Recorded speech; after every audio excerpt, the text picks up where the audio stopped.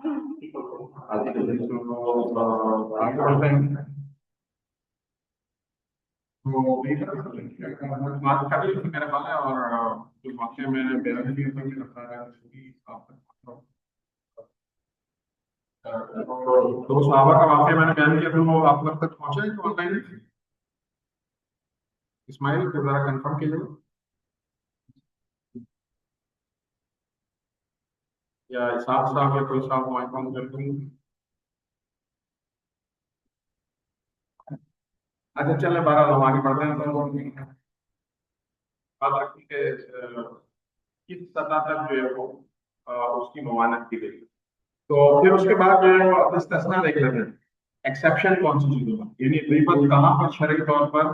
جائز ہے اور کتنی شرعی طور پر غیبت کی اجازت ہے۔ تو سب سے پہلے تو جو ہے وہ مائک آن ہے نا، وہاں سے رسپونڈ نہیں کر رہا تھا، اس میں آواز جا رہی ہے،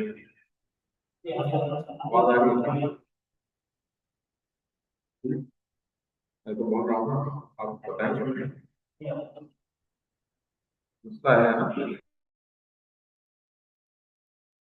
میری آواز آ رہی ہے؟ جی آ رہی۔ اچھا پہلے شاید نہیں آ رہی تھی، تو آپ استثنا دیکھ لیتے ہیں ایکسیپشنل کون سی چیزیں، تو سب سے پہلے غیبت کن صورتوں میں جائز ہے، تو اللہ کے نبی صلی اللہ علیہ وسلم نے جو ہے وہ غیبت کی اجازت کچھ موقع کو دی کہ کہیں کوئی کسی کے ساتھ جو ہے وہ، اچھا یہ ایک حدیث ہے کہ جس سے یہ بات اخذ کی گئی کہ کس طرح جائز ہے، رسول صلی اللہ علیہ وسلم سے جو ہے وہ پوچھا گیا کہ آپ کو سب نے بتایا کہ بدترین زیادتی کسی مسلمان کی عزت پر ناحق حملہ کرنا ہے، تو یہاں جو لفظ ناحق ہے اس سے یہ بات استثنا کی گئی کہ اگر کسی کا حق مارا گیا ہو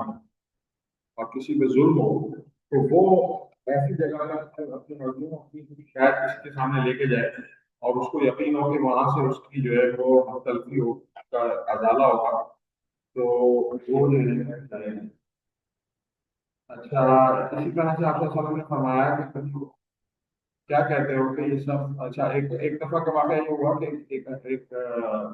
بدوی آیا آپ صلی اللہ علیہ وسلم کے ساتھ نماز پڑھی اور دعا میں یہ کہنے لگا کہ اے اللہ محمد اور مجھے بس رحمت فرما، باقی ان لوگوں کو اپنی رحمت سے محروم کرتے ہیں، ایکسکلوڈ کرتے ہیں، اور وہ ایک دم اٹھا اور چلا گیا۔ آپ صلی اللہ علیہ وسلم پھر آپ پلٹے اور دیکھا تو وہ جا چکا تھا، تو آپ صلی اللہ علیہ وسلم آیا کہ کیا سمجھتے کہ یہ شخص زیادہ نادان ہے یا اس کی اونٹ، یعنی تم نے سنا نہیں یہ کیا کہہ رہا تھا اپنا آپ کے لیے، اس کا مقصد کیا تھا کہ آپ صلی اللہ علیہ وسلم نے اس کی غیر موجودگی میں ایک اس بات کا ذکر کیا، اصلاح معاشرت کی، تو اس کی یاد۔ اسی طرح سے شرعی رائے لینے کے لیے کوئی معاملہ بیان کرنا، شرعی رائے کیا ہے جو پچھلے بھی اس میں بات کی کہ کسی کو نکاح کا پیغام بھیجنا ہو، تو ایک خاتون فاطمہ بنت قیس کو دو صاحبوں نے